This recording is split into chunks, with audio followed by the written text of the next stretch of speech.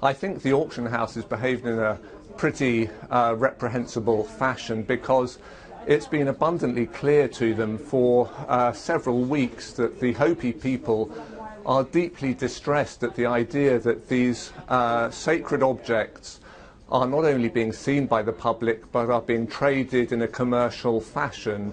Anyone who knows the Hopi will know that these are very important religious objects from a culture that doesn't belong in a museum. It's a thriving, living culture, and these are objects that would normally be used every day in a religious sense. Jonathan, let me stop you there, because we're seeing some very interesting images of some of the masks on the screen.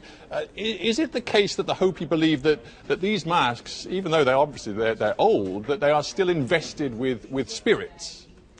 That's absolutely right.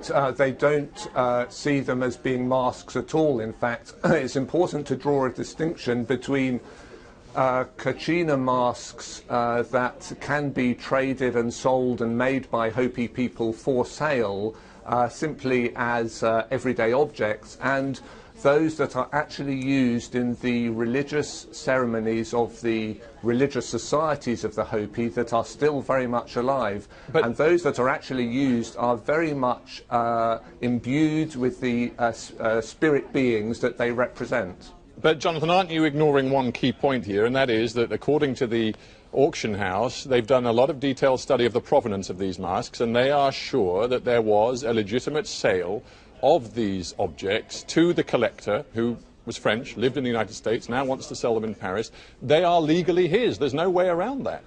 Well, under French law, that's certainly true. But, of course, what the Hopi were actually asking for was simply for a little time to be able to see the evidence by which the auction house said the owner acquired these legally. And the auction house has behaved in an incredibly obstinate manner and has refused all the Hopi's requests to be given a chance to see how come somebody says that they own these properly. The Hopi haven't even been given a chance to be able to see that evidence. Very briefly, Jonathan, interesting question. Could this sale happen in the United States?